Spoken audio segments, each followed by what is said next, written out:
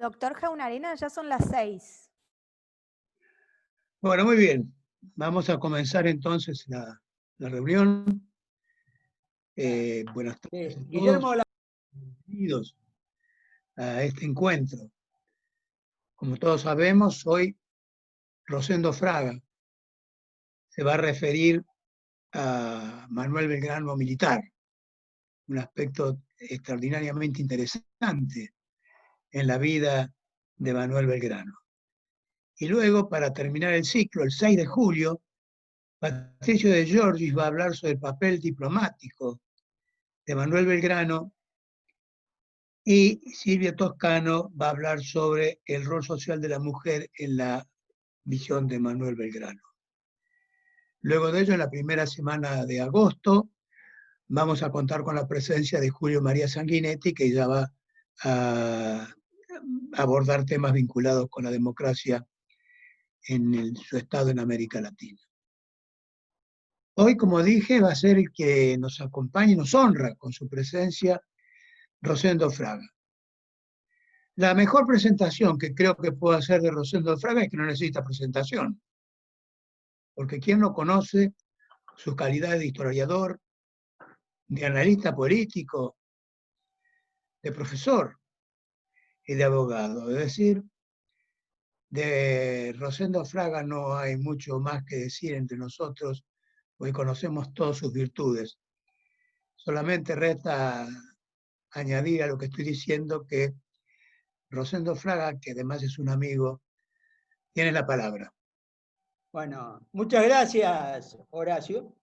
Ante todo, yo agradezco al doctor Jaunarena, ¿no es cierto?, que preside el Instituto, ¿no es cierto?, de Ideas Políticas de la Academia de Ciencias Morales y Políticas, por esta invitación. Y celebro, diríamos, que este instituto haya puesto en marcha una serie de reuniones académicas para recordar al general Belgrano en su bicentenario. Yo creo que si hay una figura o prócer multifacético, ¿no es cierto?, en la historia argentina, es Belgrano. En el ciclo organizado por el Instituto ya han visto, yo diría, el aspecto o la faceta de su formación y sus ideas que puso Carlos D'Agostino, que al mismo tiempo, ¿no es cierto?, es secretario del instituto que preside Jaunarena, ¿no es cierto? Se ha visto la visión económica de Belgrano. Hoy vamos a ver el aspecto militar, ¿no es cierto?, de su personalidad y su actuación, y como dijo Jaunarena, todavía hay dos temas más por delante, ¿no es cierto? Uno que tiene que ver con la actividad diplomática, con la acción diplomática, y otro que tiene que ver con lo que hoy llamaríamos, ¿no es cierto?, la promoción de la mujer. Yo solo agregaría que hay una faz como funcionario, que hay una faz como periodista, me animaría a decir que hay una faz como escritor, ¿no es cierto?, también. Creo que hay una faz como estadista, no central, pero en cada campaña militar él estaba simultáneamente organizando poblaciones, fundando escuelas, etcétera, promotor de la educación. Más recientemente se ha puesto, como se dice ahora, en valor, precursor de la protección del medio ambiente. Todas las campañas que impulsaba para sembrar árboles y que el país no solamente fuera una pampa. En todo este tema de la pandemia, fue quien más impulsó la vacunación de la viruela en el Virreinato del Río de la Plata, ¿no es cierto? Es decir, casi diríamos que no hay faceta en la cual Belgrano no haya actuado. Pero la militar, desde mi punto de vista, que es lo que vamos a ver hoy, bueno, yo creo que ha sido una figura, ha sido una actividad central. Ha sido una actividad central, primero, porque en la acción de Belgrano, en estos 10 años, en los cuales Belgrano fue una figura central en el proceso de la independencia argentina, y más del 80% lo hizo como militar. Es decir, el Belgrano de acción fue el Belgrano militar. Cuando me refiero a la acción, no quiero disminuir el valor de las ideas en cuanto a generar acción, pero la acción humana de Belgrano, la acción física de Belgrano, en realidad estuvo concentrada en su actividad como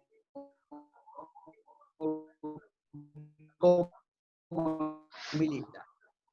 Vinculado a esto, yo me animo a charla, ¿no es cierto?, o reflexión. Y es que, bueno, yo diría que la guerra de independencia en el actual territorio argentino, la figura militar más importante fue Manuel Belgrano. En nuestro territorio hubo solo 2 batallas entre, ¿no es cierto?, las tropas patriotas y los realistas o españoles, ¿no es cierto? Y bueno, las 2 batallas fueron Tucumán y Salta, no hubo una tercera batalla. Y las 2 batallas la ganó Belgrano. Es decir, el general cuya acción militar fue decisiva en nuestro territorio fue Belgrano. Con esto no quiero subestimar a San Martín, que fue en nuestro territorio un gran organizador político y militar. El San Martín de Chile, que fue un líder militar, es el San Martín militar en pleno, y el San Martín de Perú, que nosotros lo tenemos un poco, no digo subvalorado, pero sí subestudiado, que es el San Martín estadista, donde San Martín fundó un estado. Pero en el actual territorio, la figura militar más importante fue Manuel Belgrano. Y para tomar 2 o 3 notas para fundamentar esto, primero, Belgrano fue militar por accidente. Bueno, esto yo creo que hay que relativizarlo un poco. Belgrano en sus memorias, Belgrano escribió sus memorias, y muchas veces estas memorias de Belgrano no son, no son leídas. En realidad son memorias muy cortas las que escribió. En 1812 escribió un breve pasaje sobre su formación hasta la Revolución de Mayo. En 1814 escribió, ¿no es cierto?, un trabajo sobre su expedición al Paraguay, que dejó inconclusa, y en 1814 escribió también un trabajo sobre la batalla de Tucumán, que quedó inconclusa. Pero, aunque estas memorias son cortas en extensión, ¿no es cierto?, son muy valiosas para escucharlo hablar, ¿no es cierto?, a Belgrano. Y son muy valiosas, y además, vuelvo sobre el tema, paradójicamente, siento en mi opinión tan relevante la acción militar en Belgrano, como acción concreta en esa década de la independencia, y como consecuencias prácticas de las 2 batallas que él ganó, porque en última instancia definieron hasta dónde llegó el territorio argentino. Muchas veces se dice, bueno, Belgrano fue derrotado en Vilcapugio y Ayohuma, y por eso perdimos el Alto Perú. Después voy a hacer un párrafo sobre esto, porque esto no es tan así. Pero lo que hay que poner en valor es que sin Tucumán y sin Salta, la Argentina, como hoy la tenemos, no la tendríamos. Y hubiese sido un país, ¿no es cierto?, mucho más chico en este sentido. Bueno, yo empecé a pensar en este tema hace, bueno, en el 2012, cuando fue el bicentenario de la batalla de Tucumán. Y de un diario de Los Andes de Mendoza me pidieron una opinión sobre Belgrano. Y yo tomé este tema y lo empecé a pensar y desarrollar. Paradójicamente, aunque es un tema tan obvio desde cierto punto de vista, no hay un libro sobre Belgrano militar. Por lo menos no lo encontré. Encontré 2 trabajos del coronel Orsten, reducidos al Belgrano y la expedición al Paraguay. Más contemporáneamente he visto un muy buen trabajo del brigadier Moresi, que está acá presente, sobre el Belgrano militar, publicado por el Instituto Browniano. Sé que hay un muy buen trabajo sobre este tema que está terminado y que es inédito, del general Marturet, presidente del Instituto Belgraniano, que está acá presente también. Y en la paz conmemorativa de este año, bueno, ¿no es cierto?, encontré un muy buen artículo del coronel Camilli, director de la Escuela de Guerra Conjunta, que tengo el gusto de que esté acá también, ¿no es cierto?, con nosotros. Pero, vuelvo al punto, esto no quiere decir que en grandes biografías sobre Belgrano, como la que escribió en el siglo XIX Bartolomé Mitre, no haya referencia ni estén tratadas las campañas militares, pero están tratadas como capítulos de una actividad. Y en general, y voy a Mitre en un comentario, yo creo que con Mitre empieza una visión historiográfica sobre Belgrano, donde la paz militar de Belgrano, paradójicamente, aunque Mitre era militar, desde ese momento se implanta como una faceta, diríamos, no central, una faceta donde hay me parece a mí, como Mitre había escrito San Martín y Belgrano. En su visión de Belgrano me parece que él quizás acentúa los aspectos militares de San Martín para ubicarlo como la figura militar, y en Belgrano nos va relatando, el virrey me nombró capitán de milicias, y en realidad dice con toda franqueza, en ese momento, y hasta el año 1806, fue tener un traje más. Nunca. Me convocaron, dice, cuando apareció Bereford con su expedición. Me convocaron al fuerte, yo fui, nos juntamos varios cientos de personas, nadie sabía quién mandaba, nadie se había visto nunca antes. Bueno, resumo. Dice, nos mandaron a las barrancas, ahí frente a lo que es hoy, frente al riachuelo, y apareció el primer cañonazo y nos dispersamos. Nadie nos dio orden. Y él dice, nunca en mi vida sentí tanto no saber las reglas de la milicia. Ese textualmente. Es decir, él lo que marca, ¿no es cierto?, de ese momento es su casi vergüenza, yo diría, por no saber de milicia. Bueno, de ahí en más tenemos un Belgrano ya militar, en esa organización tan particular del regimiento de patricios. Él es electo sargento mayor, y subrayo el término electo, porque ahí todos los jefes militares fueron elegidos por el voto de los integrantes del cuerpo. Aporta algunos detalles, ¿no es cierto?, como que él dice, a mí me nombraron sargento mayor porque había que asegurar la elección de Saavedra. Él después dice, me contraté un maestro para que me enseñara los rudimentos de los movimientos. Contraté un maestro para que me enseñara los rudimentos de los movimientos. Bueno, ¿no es cierto? Yo diría que para ir saltando, en la segunda invasión él está en la plana mayor de Liniers, y primera junta, y acá es donde aparece este tema, ¿no? Donde Belgrano, muy poco iniciado, los par de meses después de que se establece la primera junta, el vocal, se lo designa como jefe militar de la expedición al Paraguay. Bueno, alguno podría decir, ¿por qué no nombraron a Belgrano? Justo semanas antes, ¿no es cierto?, se le había nombrado a Ortiz Campos jefe de la expedición al Alto Perú, se produce por su reemplazo por un mando militar que era Antonio González Balcarce y uno político que era Castelli. Belgrano dice, yo no rechacé la designación porque ya percibía el germen de división que había en la Junta y yo no quería ser parte de ese proceso. Pero acá, bueno, él es el jefe de la expedición y él sale de Buenos Aires con 200 hombres. 200 hombres que, como él relata, fueron, perdón el término, rejuntados. 70 de arribeños, 60 de pardos y moreros, ni siquiera es una unidad militar. Es un rejunte de gente tomada de 3 unidades militares y son 200 hombres. Bueno, ¿cómo la primera junta pensaba que podía, ¿no es cierto?, tomar el Paraguay o recuperar, si lo vemos en la visión del virreinato, con 200 hombres? Bueno, porque la primera junta partía de un supuesto político, y esto, desde el punto de vista, yo diría, casi diría, de la teoría militar nos muestra, con un supuesto político erróneo, es muy difícil llegar a un éxito militar.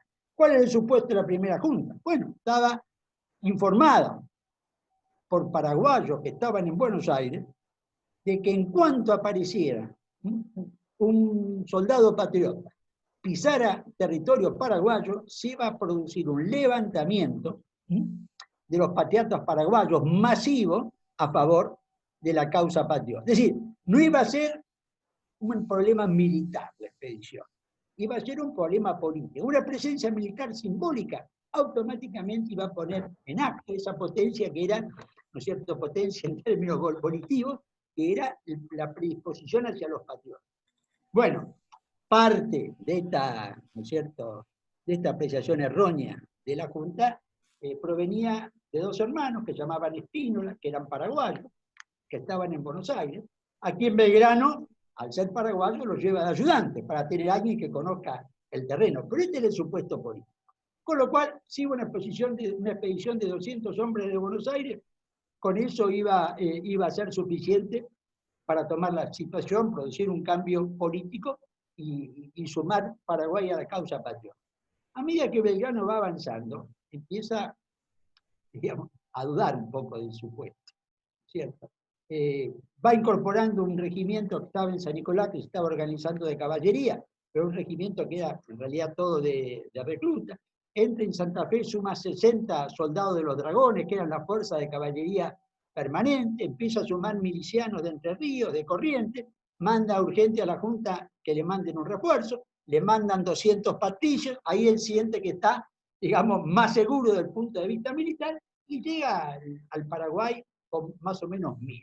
Pero 1000, que en realidad, como uno va siguiendo, es, vuelvo al término, aunque no sea muy técnico, un rejunte de elementos, ¿no es cierto?, que se van sumando, algunos con instrucción militar, cerca de la mitad, los otros sin instrucción militar, porque eran milicianos que no estaban instruidos, y con esa fuerza llega.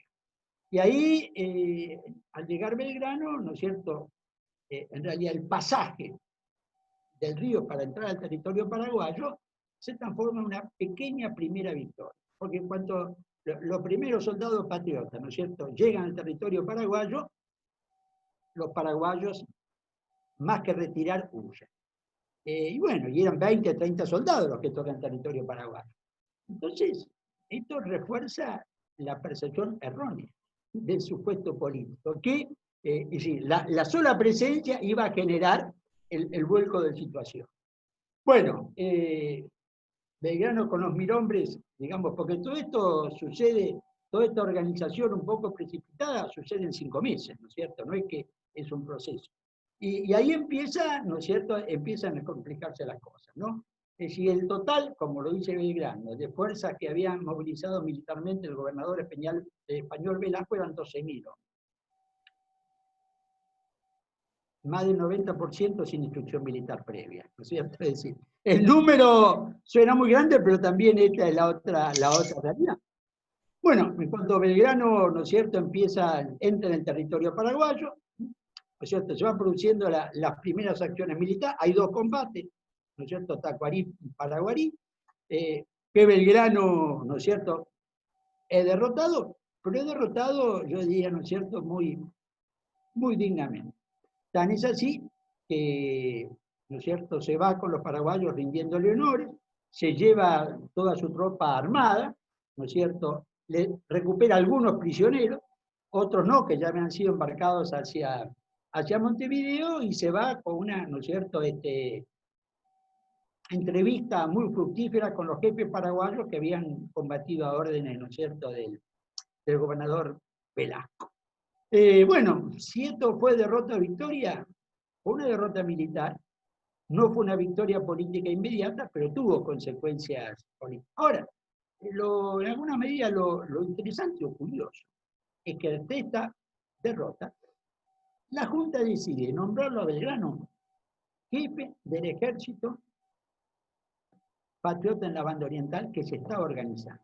Es decir, el mismo gobierno, ¿no es cierto?, que lo nombra, es decir, y Junta, es decir, que lo nombra en Paraguay, después de Paraguay, antes, es decir, cuando está regresando de Paraguay, le ordena ponerse al frente del ejército que está en la banda oriental. En 30 días Belgrano, en realidad, organiza ese ejército. Lo nombra Artigas su segundo, y están en el orden los 3.000 hombres, con unos 600 de Buenos Aires y los que reúnen, ¿no es cierto?, en el Uruguay. Esto empieza a provocar que ya está la Junta Grande, cierto requemor en Buenos Aires. Requemor en Buenos Aires era Belgrano al frente de 3.000 hombres en la banda oriental. Empiezan por sacárselo a Artigas, ponerlo a Rondó, al entonces coronel Rondó, del número 2, y la Junta Grande, cuando está Belgrano, decide investigar a Belgrano por lo del Paraguay. Bueno, viene Belgrano a Buenos Aires, percibe la Junta Grande hostil, que lo ve a Belgrano como alguien que proviene del morenismo en ese momento, y bueno, pero se cita a declarar más cerca de 20 jefes, y los 20 todos declaran a favor de Belgrano por su actuación en Paraguay, ni uno solo, ¿no es cierto? Cae la Junta Grande, viene el primer triunvirato, Todo esto está pasando muy rápidamente, pero ese es los plazos. El 25 de mayo de 1810 y estamos un año después, ¿no es cierto? Belgrano, jefe del regimiento de Patricio, que era el regimiento más importante de Buenos Aires, que estaba en un proceso de reorganización. Y a Belgrano, como jefe de Patricio, le toca enfrentar lo que se ha llamado el motín de las trenzas, ¿cierto? Y lo reprime con mucha energía y restablece la disciplina. Es decir, no es un Belgrano blando en el mal. Es más, vuelve un paso atrás. En su memoria, Belgrano, y lo comenta muy al pasar, dice, cuando estábamos llegando, es decir, en la zona de Curuzúcatia, le empiezan a desertar del regimiento de caballería de la Patria, el que había juntado desde San Nicolás. Y Belgrano una línea dice, hice fusilar a 2 y se terminó la deserción. Hice fusilar a 2 y se terminó la deserción. ¿Qué es lo que quiero decir? El Belgrano militar puede haber tenido un inicio accidental, pero puesto en la función militar ejercía el mando con energía, y eso, digamos, no condice en alguna medida con cierta imagen que ya da. Lo tenemos a Belgrano, nueva, ¿no es cierto?, nueva función, instalar las baterías sobre el río Paraná para impedir el avance de la flota realista de Montevideo para abastecerse. Y acá tenemos una acción militar, va con el regimiento de Patricio a cumplir esa misión en Rosario, a quien de paso venía disciplinando después del motín. El motín, y esto es una atribución de un jefe de regimiento, hizo ejecutar, algunas fuentes dicen 6 soldados y sargentos, otras dicen 10 soldados y sargentos, y colgar los cuerpos en la plaza de Mayo. En aquella época era algo que se usaba, es el fusilamiento, y colgar varios días el cuerpo del fusilado como mensaje. Bueno, es decir, no marco esta cosa porque a lo mejor parecía estar poniendo énfasis en un Belgrano cruel. Lo que quiero decir es un Belgrano enérgico en el ejercicio del mando. Belgrano ahí nos deja una señal simbólica muy importante, Belgrano, la bandera, ¿cierto?, en Arbona del río Paraná, pero es el nombre de las 2 baterías, Libertad e Independencia. Y Belgrano, con el nombre de esas 2 baterías, nos dice todo en un momento muy confuso. Es decir, 1812 era un momento muy confuso entre los patriotas respecto a independencia sí, independencia no, monarquía sí, monarquía no, y Belgrano da un mensaje con gran claridad. De ahí, nueva misión, hacerse cargo del ejército del norte, derrotado en la batalla de Huaki y que se replegaba anarquizado, ¿no es cierto?, y con muchas señales de insubordinación, que su mando, Antonio González Balcarce, que era el mando militar, no había podido controlar, Pueyrredón, que lo sustituye, tampoco había podido controlar, y lo mandan a Belgrano. Todo esto no han pasado 2 años de la Revolución de Mayo, estamos 1 año y medio de la Revolución de Mayo, ya fue al Paraguay, banda oriental, regimiento de Patricio, baterías en el Paraná y ejército del norte. Y todo esto ha sido en 1 año y medio. Y sucesivos gobiernos, para las misiones militares más complejas, van recurriendo sistemáticamente a Belgrano.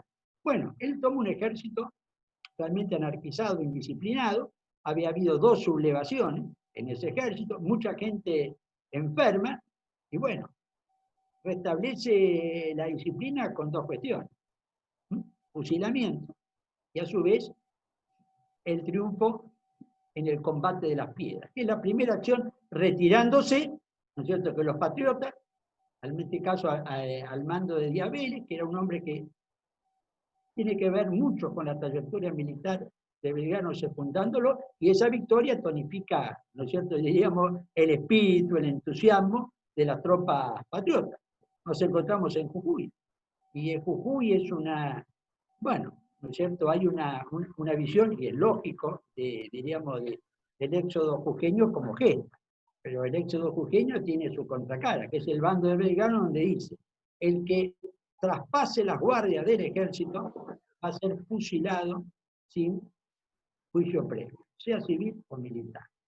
Es decir, nadie le gusta abandonar su población, nadie le gusta quemar sus bienes, pero el éxodo jujeño fue realizado bajo una conducción, casi yo diría, extremadamente enérgica, ¿no es cierto?, de Belgrano.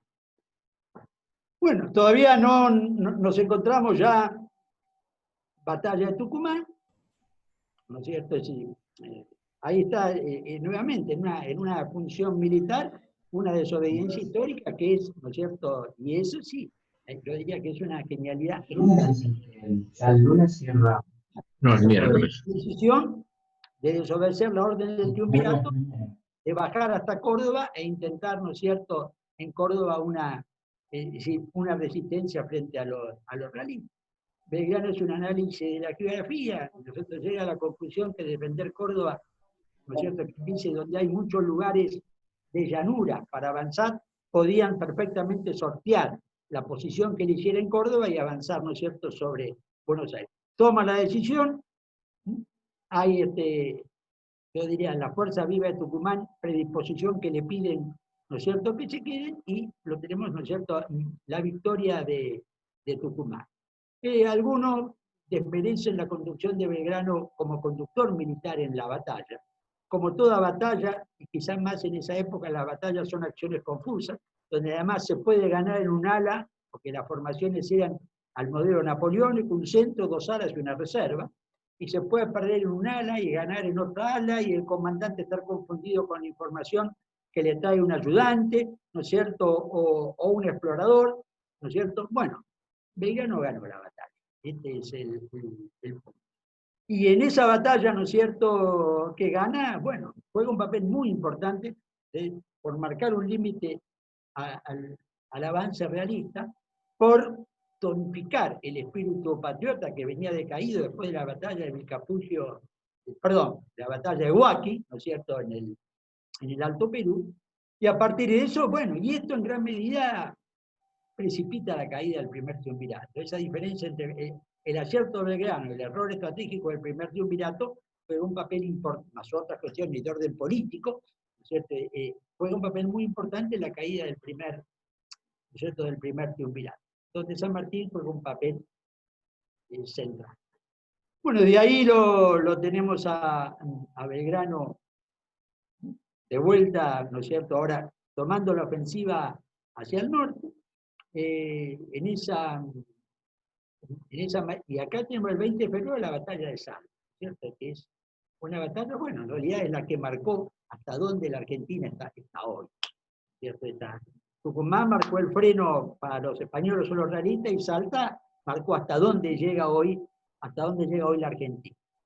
Esta es una batalla, yo diría, más organizada que Tucumán, hay movimientos estratégicos, me parece a mí, bien planteados, bien percibidos, y esto conduce a la segunda victoria de Belgrano. Por eso, el general victorioso en el territorio argentino es Belgrano. No hay otra batalla en el territorio argentino que no sean Tucumán y Salta, ¿no?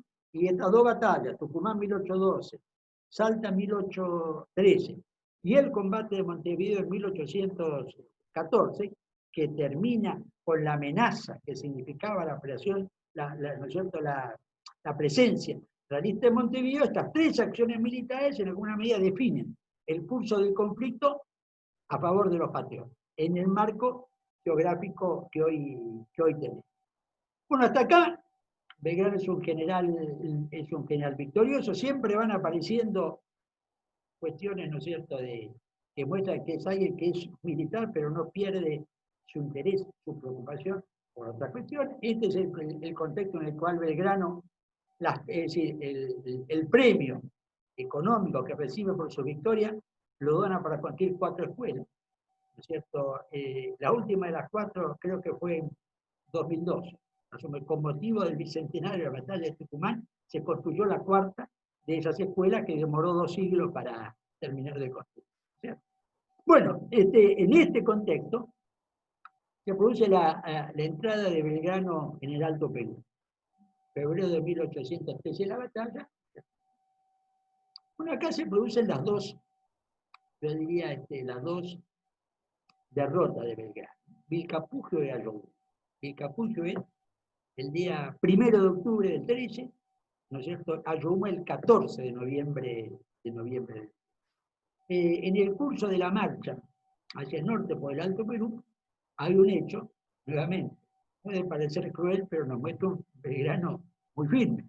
Es decir, después de la batalla de Salta, Belgrano tiene un acto generoso. Primero permite la rendición del general Tristán, ¿no es cierto?, con todas las reglas del respeto militar, le permite llevar su sable, una imagen parecida al cuadro de la primera invasión inglesa que está en el Museo Histórico Nacional sobre la rendición de Belgrano, y toma una decisión que se la critica mucho después en Buenos Aires, y es que a todos los prisioneros del ejército realista que hubieran nacido en territorio americano, y esto permite una nota aparte, es decir, la tropa española en los ejércitos del Alto Perú, como los ejércitos del Perú, era una minoría.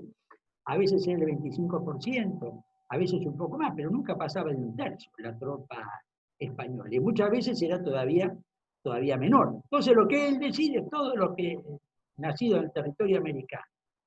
Prisioneros, si juran no volver a tomar las armas contra la causa patriota, son liberados. Bueno, digamos, todos tomaron ese camino.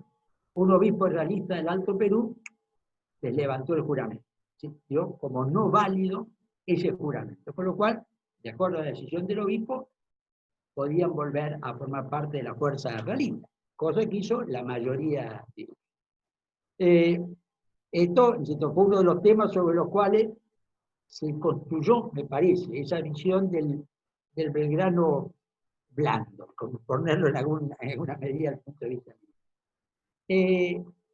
Bueno, a medida que avanzaba el Alto Perú, cada uno de ellos que capturaban, la orden de Belgrano que se ejecutaba era fusilarlo, cortarle la cabeza y poner la cabeza a la vera del camino con un cartel que decía, ¿cierto?, por desagradecido y perjuro. Bueno, nuevamente uno puede decir, mire, esto es un exceso de crueldad. Bueno, entraba en un territorio, ¿no es cierto?, complicado, y él quería dar una señal clara, ¿no es cierto?, de voluntad de lucha. Pero insisto, esto es lo que nos está mostrando, es un Belgrano que el tema de disciplina en la guerra, ¿no es cierto?, y de ejercer el mando, porque si no viene la anarquía, lo tenía muy claro y lo ejecutaba. Vilcapugio, que acá, ¿no es cierto?, es una acción militar confusa. Primero parecía que le había ganado Belgrano y después la termina perdiendo. Acá, en las campañas al Alto Perú, había una realidad de cómo se armaban los ejércitos. Cuando uno va a la primera, ¿no es cierto?, la primera expedición al Alto Perú, la que comandan Antonio González, Balcarce y Castelli, bueno, en ese punto lo que tenemos es un ejército patriota que entra al Alto Perú con 1000 hombres. El ejército patriota que combate en Huaque en junio de 1811 son 7000.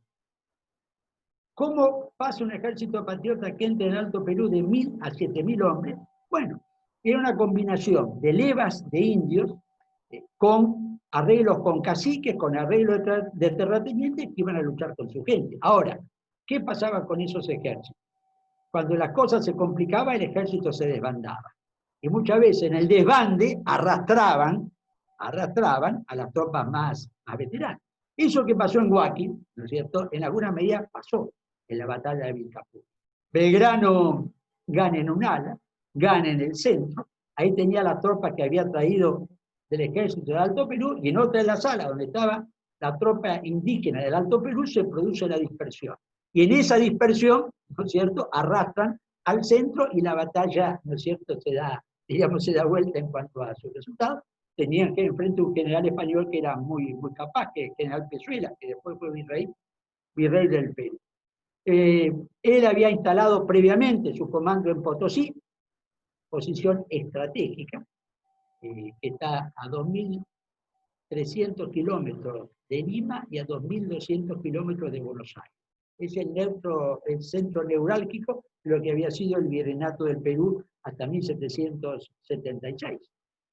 Y ahí se produce un hecho, que es el que origina ¿no es cierto?, una carta de Belgrano después de la derrota de Ayohuma, donde dice: acá tiene que venir alguien a reemplazarme más experimentado que yo en la paz militar. ¿Y esto a qué viene? En Vilcapugio viene la derrota de Ayohuma, y lo que genera en Belgrano esa carta, a Buenos Aires, es Ayohuma. La batalla de Ayohuma, Belgrano nuevamente es derrotado, pero hay un episodio previo, de lo que llamaba la Junta de Guerra, cuando Belgrano reúne su jefe para ver qué curso de acción toman después de la derrota, donde dos de los jefes militares, que además eran amigos personales de él, y que en el caso de Warnes, que era uno, ya venía de la expedición al Paraguay, ¿no es cierto?, con él, donde le plantean dos posiciones. Y a Vélez le dice: mire, replieguese nuevamente a Potosí, y ahí hágase fuerte, espere que le llegue la artillería que le mandan de Sal, porque había perdido sus cañones en Vilcapugio. En esa guerra del Alto Perú, la artillería jugaba un papel muy importante, porque alarma que las tropas indígenas, o las milicias, o las tribus, le tenían terror, era al cañón y a la artillería.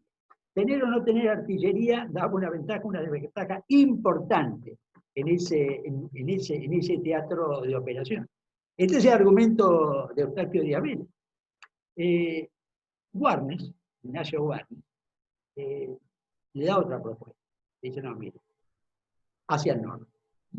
Él tenía la información que ya primero día de octubre, en Cusco, 1000 kilómetros al norte de Potosí, la que había sido la capital de los incas, estaba empezando, o había empezado, un movimiento insurreccional pro-patrio, y que querían, ¿no es cierto?, conectarse con Belgrano e incluso subordinarse a Belgrano.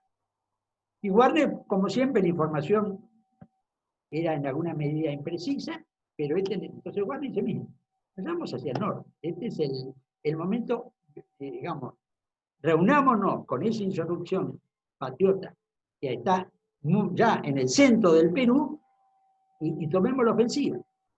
Y en realidad Belgrano ni le hace caso a Díaz Vélez, ni le hace caso a Warnes, y decide esperar a los españoles o los realistas en la pampa de Ayohuma, donde es derrotado. Ahora, a Belgrano, el no haber escuchado ni a Díaz Vélez ni a Warnes, es decir, cuando en esa carta, con cierta amargura, post batalla de Ayohuma, dice: acá tiene que venir alguien militarmente más experimentado. Lo que estaba pensando era este tema: ¿cómo yo no hice caso, en uno u otro sentido, en la Junta de Guerra, y tomé una decisión estratégica equivocada? Esto a él ¿no es cierto?, le pesaba mucho, no algo que tuviera que ver con un movimiento táctico, con una organización militar, sino con una decisión que yo llamaría estratégica.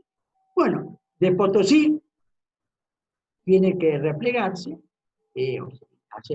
volver hacia el territorio argentino, y ahí toma una decisión, ¿no es cierto?, muy enérgica.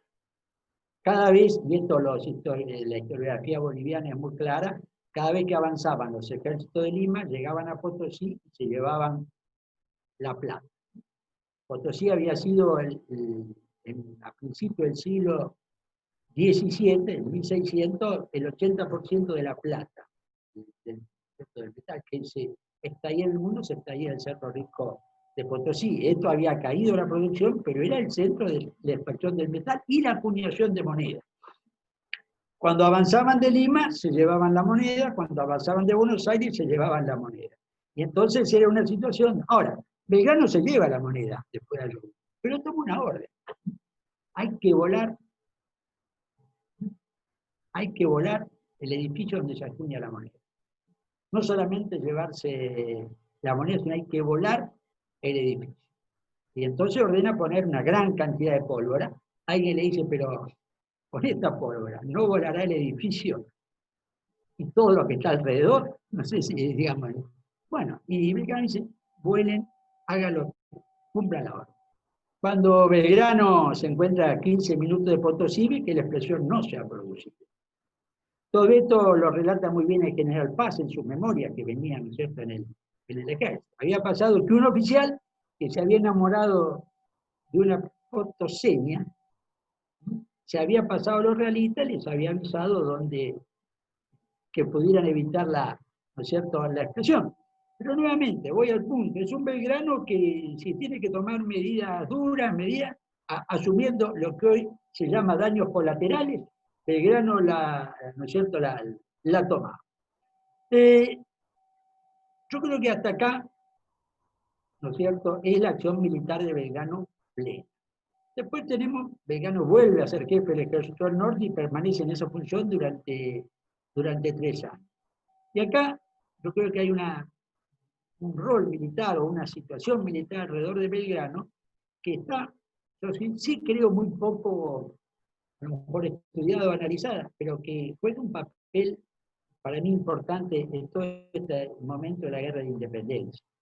Es decir, con San Martín, ¿cierto?, con quien yo digo, Belgrano pasa con San Martín 2 meses en Salta, es decir, Tucumán. No es el tema de que la posta de Yatato, sino hay muchas conversaciones, ¿no es cierto?, conversaciones más. ¿La idea cuál era? El movimiento estratégico sobre el Perú, diseñado en ese momento por San Martín y conversado con Belgrano, no era defiendan el norte mientras yo desembarco en el Perú. El movimiento era una maniobra de pinza. Yo desembarco en el Perú y ustedes simultáneamente avanzan desde el sur. Es decir, vamos a converger. La idea de la estrategia defensiva en el norte, en mi opinión, no es una idea que tenga un real, para mí, sustento histórico. Y por el contrario, ¿no es cierto?, desde mi punto de vista, hay elementos que nos muestran que en realidad el plan original era una acción ofensiva desde el norte. Es decir, con la fuerza de Güemes y la fuerza del ejército del norte. Y ahí es donde yo creo que hay que ubicar en esto que la fuerza de Güemes no eran, esa imagen de los gauchos de Güemes es una imagen un poco romántica. Es decir, era una fuerza militar muy importante. Es decir, Güemes llegó a tener entre 4.000 y 5.000 hombres, pero era una fuerza permanente. No era gente que hacía una actividad agropecuaria y en una emergencia se juntaba. Eran fuerzas permanentes. Y tenían sueldo, trabajaban de soldados. Esto también explica colateralmente la resistencia que vivía Güemes en Salta, porque para financiar una provincia como Salta, salarios para 4.000 o 5.000 soldados permanentes, era un esfuerzo económico muy grande, ¿no es cierto?, en ese momento. Pero la idea era, 4.000 de acá, 4.000 del Ejército del Norte, avanzar ofensivamente, no defensivamente, de manera, con una maniobra de pinza sobre el Perú, ¿no es cierto?, producir la derrota del poder militar español. Yo siempre digo, hay otra evidencia de esto, y es que tras Chacabuco y tras Maipú, los prisioneros de la fuerza realista, nacidos en Chile, son enviados a engrosar la fuerza del Ejército del Norte, ¿no es cierto?, en la acción de San Martín, para reforzar ese, ¿no es cierto?, ese ejército. Y cuando San Martín avanza, ¿no es cierto?, hacia Chile, la batalla de Chacabuco el 12 de febrero de 1817, en marzo de 1817, Belgrano emprende lo que en la historiografía boliviana se llama la cuarta expedición al Alto Perú. Para la historiografía boliviana, las expediciones al Alto Perú de Buenos Aires son 4, no 3 como nuestra historiografía, ¿no? 1811, Antonio González Balcarce, ¿no es cierto?, y Catelli. 1813, Belgrano. 1815, ¿no es cierto?, la de Rondó y Martín Rodríguez, que termina en Sipe-Sipe. Y ellos cuentan una cuarta, 1817, que es la incursión de caballería que hace la Madrid, entrando, ¿no es cierto?, al Alto, ¿no es cierto?, al Alto Perú.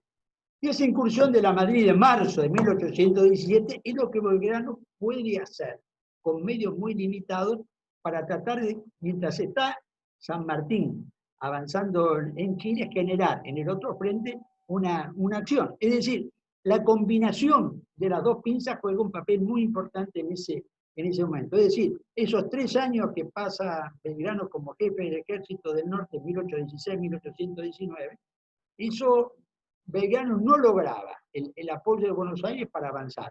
Y aparece ya en 1817 para Buenos Aires la amenaza de la montonera del litoral, con lo cual a Belgrano ya se le hace imposible esta maniobra de pinza del norte desde Norte Argentina, sobre la cual hay después intentos de Güemes, intentos de Bustos y Paz, etcétera, etcétera, en esa misma. Bueno, esta es la Paz, ¿no es cierto?, militar de Belgrano. Me estoy extendiendo mucho, pero, ¿no es cierto?, un solo comentario, ¿no es cierto?, que tiene que ver con que el tema Belgrano no era un militar profesional. No cabe duda que no era un militar profesional. Pero, ¿cuál es el punto? El único militar profesional que hubo en ese momento fue San Martín. Antonio González Balcarce, el comandante militar de la primera expedición al Alto Perú, que es derrotado como Belgrano. Era un militar profesional y bueno, sí, desde joven había estado en el regimiento de Blandengue, que era el regimiento de caballería permanente, que tenía como misión principal luchar contra los indios, pero era una experiencia militar muy, muy particular. Rondó y es derrotado, que el comandante de la tercera expedición al Alto Perú también había empezado como oficial del regimiento de Blandengue y esa era la experiencia militar, ¿no es cierto?, militar que tenía. Pero no era una experiencia militar, ¿no es cierto?, de mandar ejércitos, organizar ejércitos. Era una actuación muy, muy limitada. Estaquio Díaz Vélez, que es el segundo de Belgrano, empieza su actuación militar en el cuerpo de patricios en 1806. Hay una anécdota que cuenta el general Paz en sus memorias, donde dice, estos Rondó, González Balcarce, que andan diciendo que en Europa combatieron a órdenes de Wellington. Y esto porque había una circunstancia, tanto Rondó como González Balcarce habían sido tomados prisioneros en Montevideo en la segunda invasión inglesa. Bueno, esto es una historia muy larga, mandados presos a Londres. Cuando los españoles entran, ¿no es cierto?, en España, los ingleses pasan a ser aliados de los españoles, los mandan a España y con esos 600 prisioneros que habían tomado acá forman un batallón, el Batallón Buenos Aires, que combate en el ejército gallego, que pasa a Portugal, que está a órdenes de Vélez, etc. Y los oficiales los mantienen 9, 8 meses, porque no les querían pagar el sueldo los españoles y los mandan de vuelta. Entonces, claro, es decir, Paz, y ese es un punto. ¿Cuál es la experiencia militar de Paz? Que es el mayor organizador de ejércitos, además de comandante táctico. Paz no tenía ninguna instrucción y experiencia militar. Pasa el primer ejército al Alto Perú, de la primera expedición, y él se suma. Y no tenía ninguna experiencia militar. Su única escuela fue estar, ¿no es cierto?, a las órdenes, en el ejército del Alto Perú. Es la única escuela, y sin embargo, ¿no es cierto?, Paz posiblemente sea, después de San Martín, la figura militar técnicamente más preparada, ¿cierto? Entonces, todo esto del militar profesional, no militar profesional, está, me parece, sobreestimado en una época donde las cosas no eran, ya están marcadas en un sentido, bueno, o en todo caso, si Antonio González Balcarce, primera expedición, y Rondó, tercera expedición, fueron derrotados, como fue derrotado Belgrano, es decir, profesional o no profesional, ¿no es cierto?, en los tres casos terminó en derrota. Pero bueno, ¿no es cierto?, planteo este comentario. Voy a cerrar, ¿no es cierto?, hay un párrafo de las memorias de Paz, muy relevante respecto a Belgrano. El brigadier Moresi lo cita en su trabajo, en el cual Paz, ¿no es cierto?, abre juicio, hace como un balance de Belgrano. Y él estuvo, todo el tiempo que Belgrano estuvo al frente del Ejército del Norte, fue oficial del Ejército del Norte. Y realmente el párrafo de Paz en su memoria es un encendido elogio de Belgrano. Inclusive él dice, yo, de los jefes que tuve a mi cargo, el más valiente ha sido Belgrano. Siempre fue el último en retirarse del campo de batalla. Siempre fue el más desinteresado.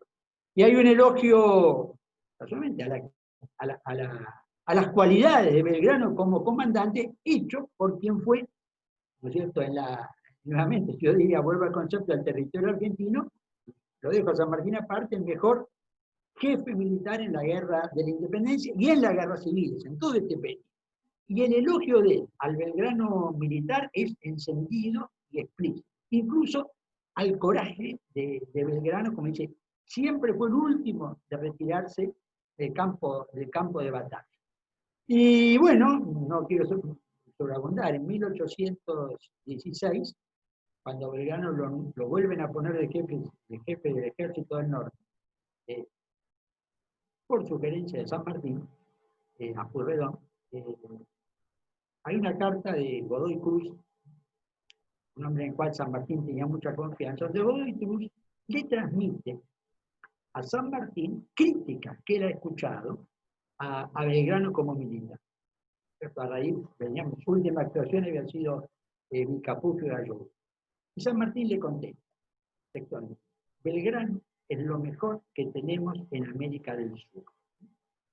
Frente a las críticas al Belgrano militar, él contesta, Belgrano es lo mejor que tenemos en América del Sur. Eso dicho, ¿no es cierto?, por San Martín. Daría para otra charla por qué puso América del Sur y no provincia subida del río, ¿no es cierto?, del río de la Plata.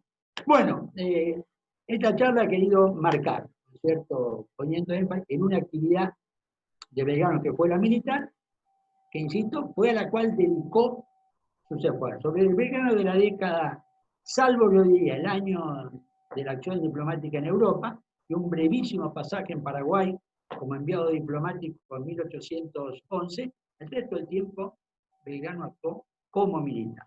Y como militar, yo lo que quería rescatar, si yo le pusiera un título a esta charla, sería Revalorizando al Belgrano militar. Es decir, poniendo el valor, el rol militar de Belgrano. Muchas gracias. Bueno, Muchas gracias. ¿alguien quiere hacer algún comentario o pregunta? Les pedimos que para que sea más organizado pidan la palabra por el chat, pero como todavía nadie la pidió, miro las cámaras a ver si alguien pide la palabra.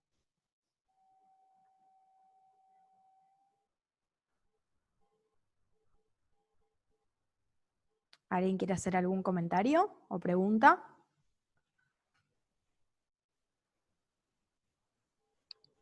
Acá me parece que acá hay uno.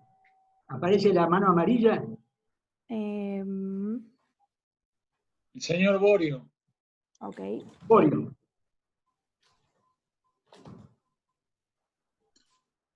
Así es. Buenas noches a todos. Buenas noches, doctor Fraga. Solamente un brevísimo comentario. En su testamento, Belgrano dice claramente, frente a quienes luego a lo largo de la historia consideraron que era un abogado que tuvo que hacerse cargo de una tarea militar, Belgrano dice explícitamente que sí, algo ha sido en la vida, de algo se siente orgulloso, es de su condición de militar. Lo pone de puño y letra, textualmente. De modo que esa discusión que se desató en algunos años respecto del doctor Belgrano, cuando Belgrano en el mismo testamento dice que nunca fue doctor y que no se arrogaría el derecho de llamarse doctor, era solamente licenciado en leyes, y que no le interesaba el doctorado, pero que su auténtica condición era de militar y de eso se sentía orgulloso. Muchas gracias. Al contrario.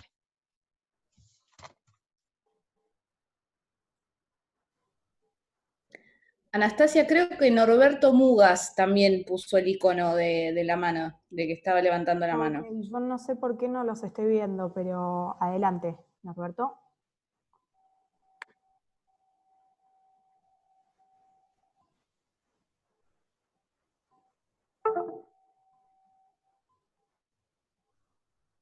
No sé si nos está escuchando, Norberto Mugas.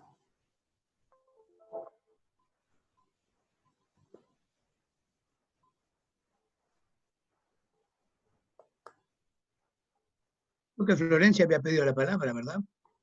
No, Florencia me avisó que Norberto Mugas había pedido la palabra, pero tiene el micrófono apagado y no... Ahí creo que se conectó.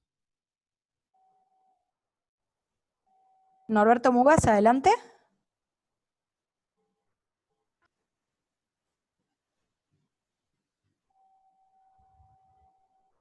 Bueno, Marcelo Ríos, si no pidió la palabra, adelante.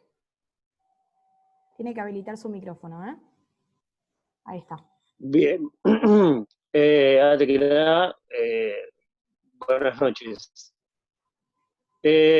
No, cerrando un poco con lo que estaba diciendo el doctor, si bien, o sea, tenemos un Belgrano que no tenía ninguna capacidad militar y asimismo puso todo su interés para con lo que es en las diferentes batallas que tuvo. O sea, creo, si no entendí mal, hace como una diferencia del tiempo que no era militar hasta cuando lo fue. Fue adquiriendo de alguna forma, digamos, diferentes capacidades y experiencias, y cabe destacar la entereza y la entrega que dio, digamos, en cada una de la batalla. Por eso más de uno lo ha reconocido así, digamos.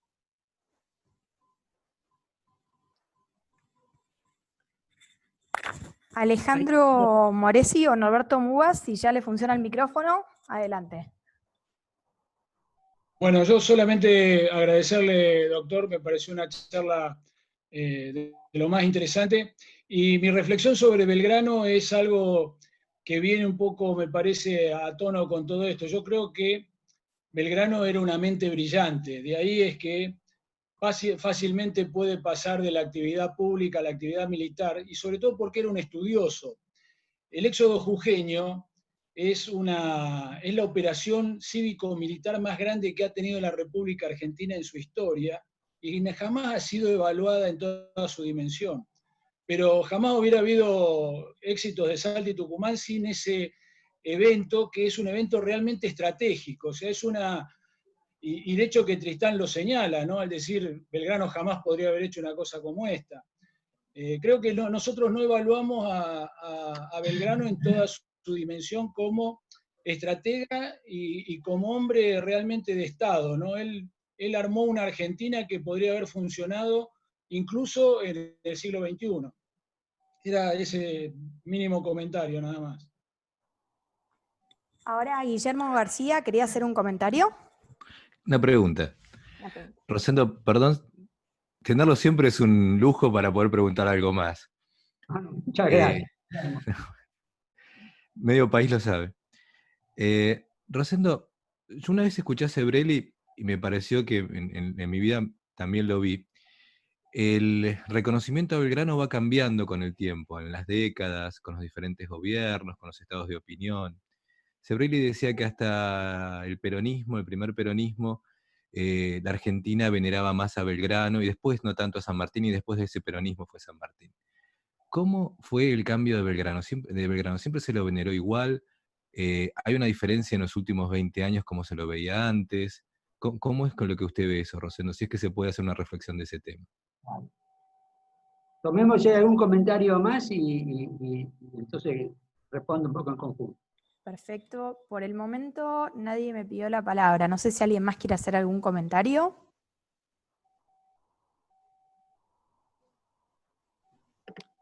No. Bueno, adelante, doctor. Bueno, entonces yo diría dos cosas. Voy a tomar tres cuestiones, ¿no?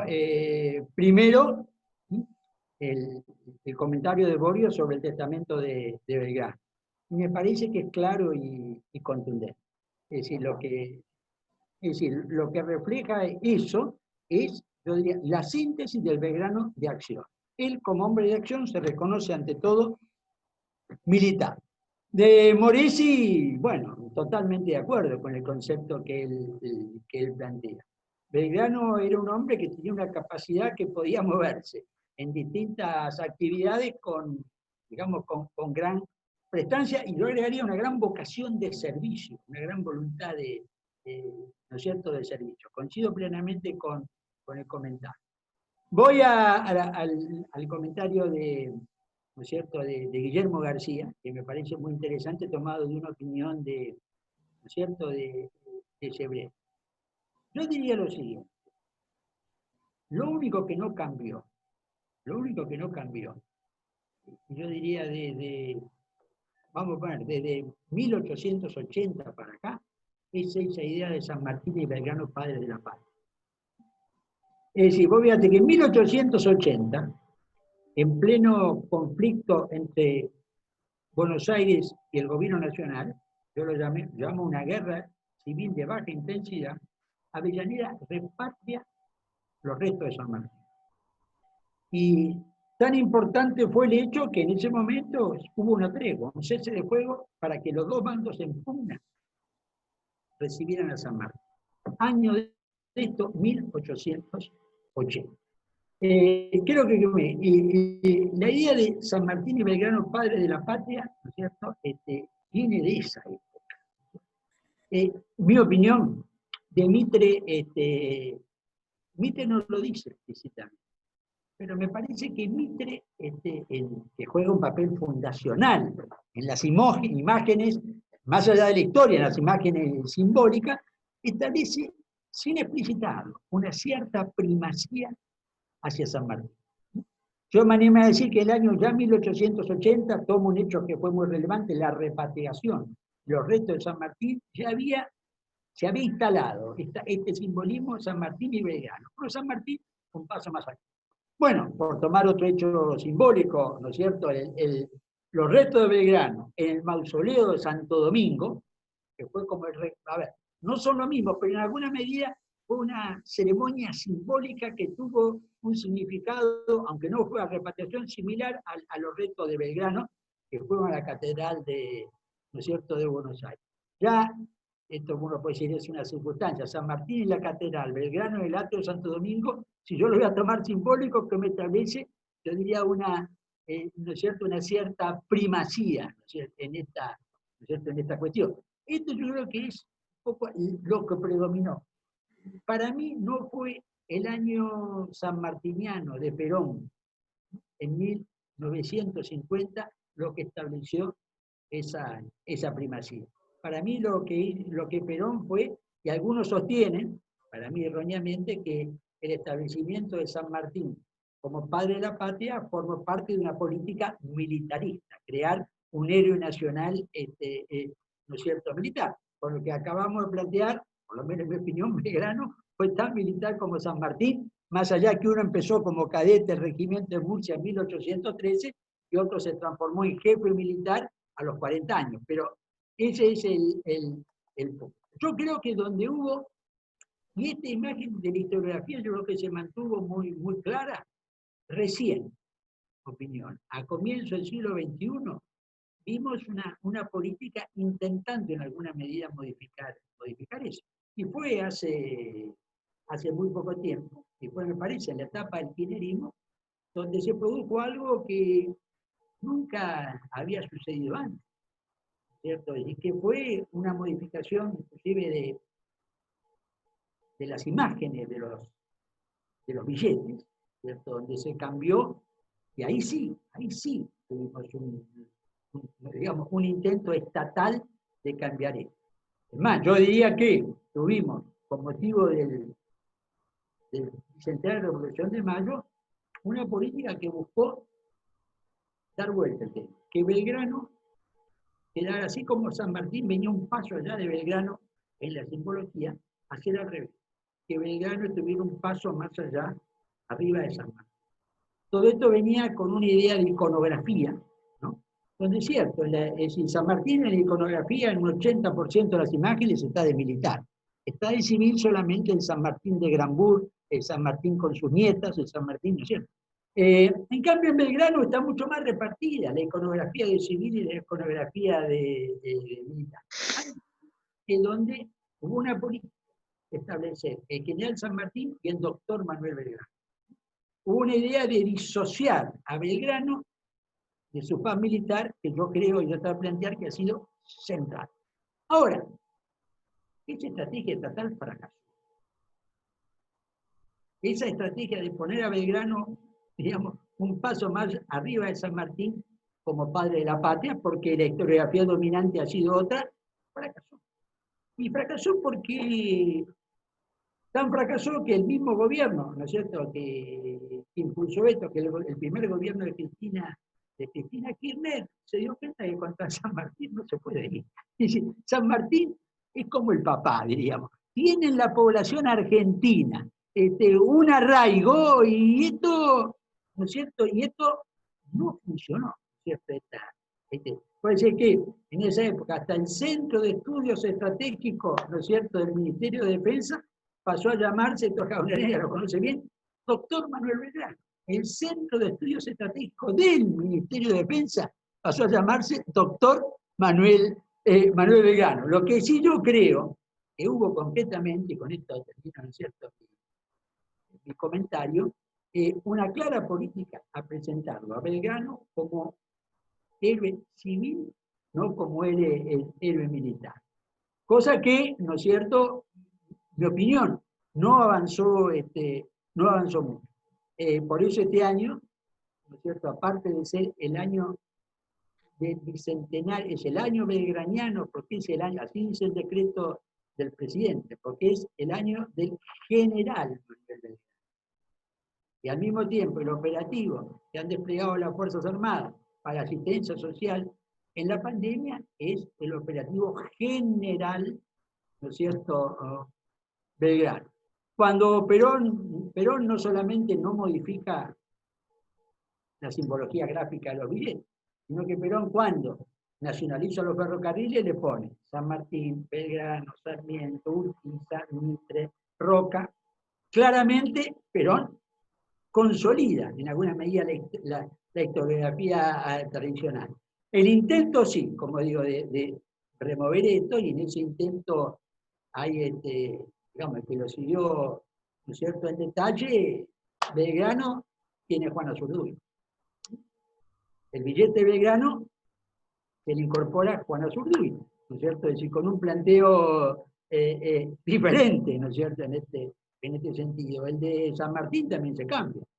Se sustituye el abrazo o el encuentro de San Martín O'Higgins, ¿no es cierto?, a Maipú, y se lo sustituye por los patriotas de los pueblos libres. Y entonces está San Martín, Artigas, Bolívar, O'Higgins en un planteo diferente.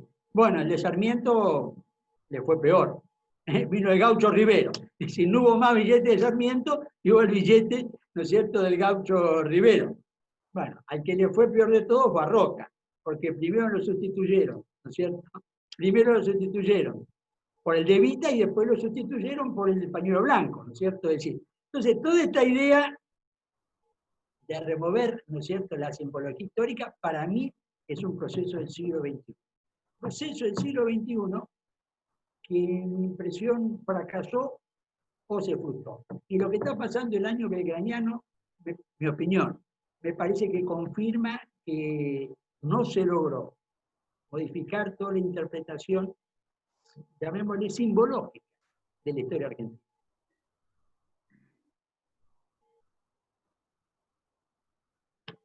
Bueno, muchas gracias a todos por estar y felicitaciones a Juan Arena y su instituto por haber organizado este ciclo. Muchas gracias. Doctor Jaunarena. Muchas gracias, Rosendo. Mi felicitación se suma a todas las anteriores.